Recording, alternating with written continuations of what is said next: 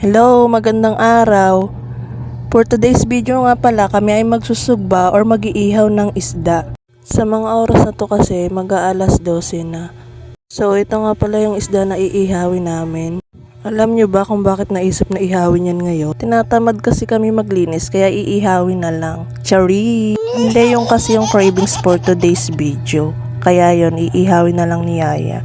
Yan, nagpapabaga na siya ng uling.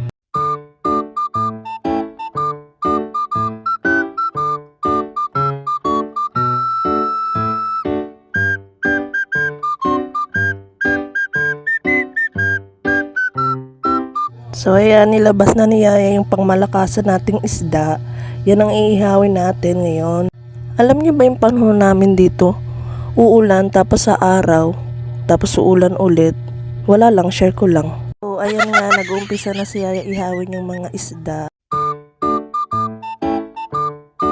Alam niyo ba yung mga ganitong luto, masarap to sa umagahan yung may partner na balinghoy or kamoting kahoy, ganun. Madalas kasi sa probinsya o kaya mga Bisaya, mahilig sa mga ganyan Yung isda ipapartner nila sa balinghoy, ganun. Actually, lahat naman ng luto ng isda ay ang yabang nag-i-English.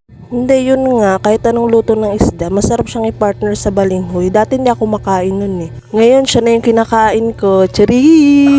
Totoo, masarap talaga yan kahit ang luto ng isda. Maprito man yan, or paksiw, or ihaw. Masarap siyang i-partner sa balinghoy o kamoting kahoy.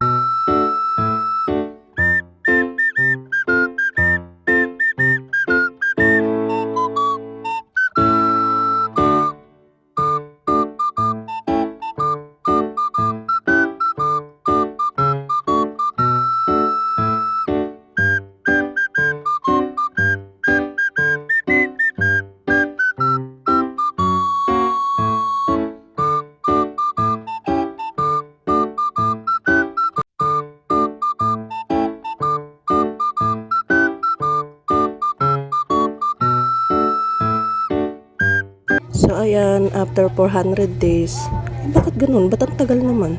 Nakaluto na si Yaya ng 3 piraso. So maya maya, pwede nang makakain. So ayan, habang nag-edit ako, naglalaway na naman ako kasi nakita ko na naman tong inihaw na to. Kahapon pa tong video na to. Ngayon lang namin na-upload.